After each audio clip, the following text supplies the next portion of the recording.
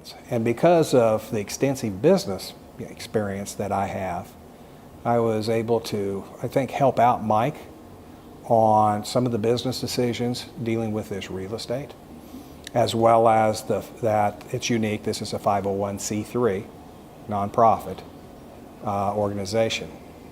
The museum is.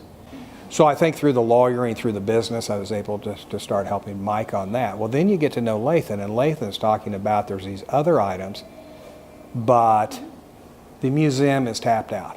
I mean, they've spent millions and budgeted and done a very good job following that. But some of these items were outside, their budget and unavailable to them. Then that's where I stepped in and negotiated and bought a lot of Evel Knievel memorabilia, and most of it was the high-end stuff. The Caesar's helmet, the gold, the jewelry, this rocket, and many, many, many things that are in here. I won't go through in detail, but a lot. And what I saw, why I did that was, I was excited about this project and this project for Topeka, but also realizing that if you capture the market like this museum has, it has the majority, it probably has all of the big ticket items. There's a lot of little things floating around. Now everybody wants 10 times their value because this is open. I realized from the business side that if you didn't get those when we got them, we would never have them here or ever be able to afford them here because the market, the value would shoot up in price. And so I went out and with Lathan and acquired the property. Now one of the interesting acquisitions, which was the last one, is the Skyrocket, Sky Cycle. And it was in Canada.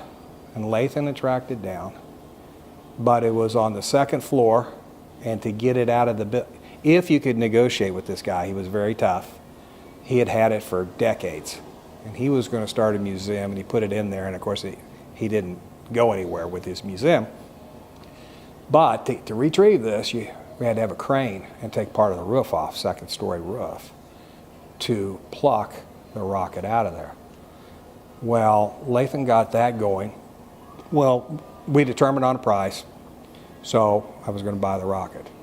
Lathan, and it's interesting, the son of Robert Truex, who designed and built this, and of course he's deceased, but his son is also an engineer and followed in his footsteps. He actually came and helped retrieve this to show how to properly support it without damaging it any further than what a canyon does, and to get it back. Well, I stayed here because I needed to do all the paperwork, and that was so interesting because I never thought about it, but when I contacted the U.S. Customs and told them that this thing would be coming across, and I needed the paperwork and prior approval so it wouldn't sit at the border and get lost or stolen or whatever.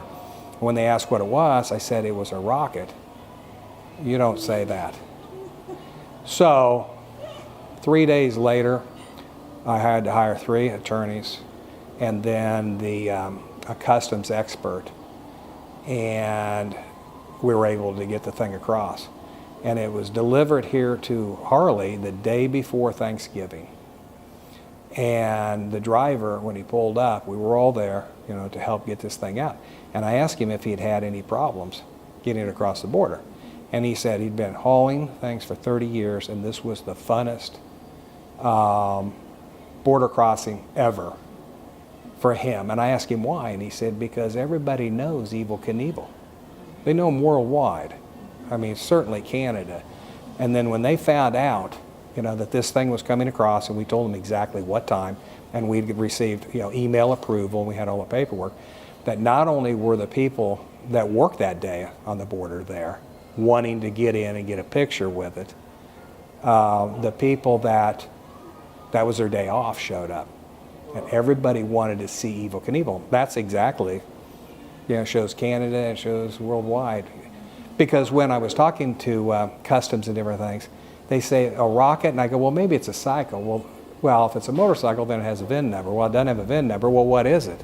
And I said, are you at a computer? And everyone said yes. And I go, do you remember a guy by the name of Evel Knievel? And everyone goes, duh. Heck yes, we remember Evel Knievel. I said, well, go to this website and you will see the rocket that I'm talking about. And then there was a question. Was there going to be duty, import duty, you know, $50, $60, $100,000? And I said, no, that this rocket was built in the United States and we're bringing it back to where it belongs. And they asked if I had any proof of that. And of course, you have the pictures of the rocket on the side. The tail says, designed and built by Robert Truex, and I think Inc. or whatever. Well, we have all the way down. Part of my acquisition and another group of EK memorabilia is all the checks related to this. So I was able to PDF them, the front and the back, and the check actually signed by Robert Truex, and the date, you know, where it was made and where Truex Engineering is located. And they're kind of like, well, it's unbelievable. So the rocket made it across.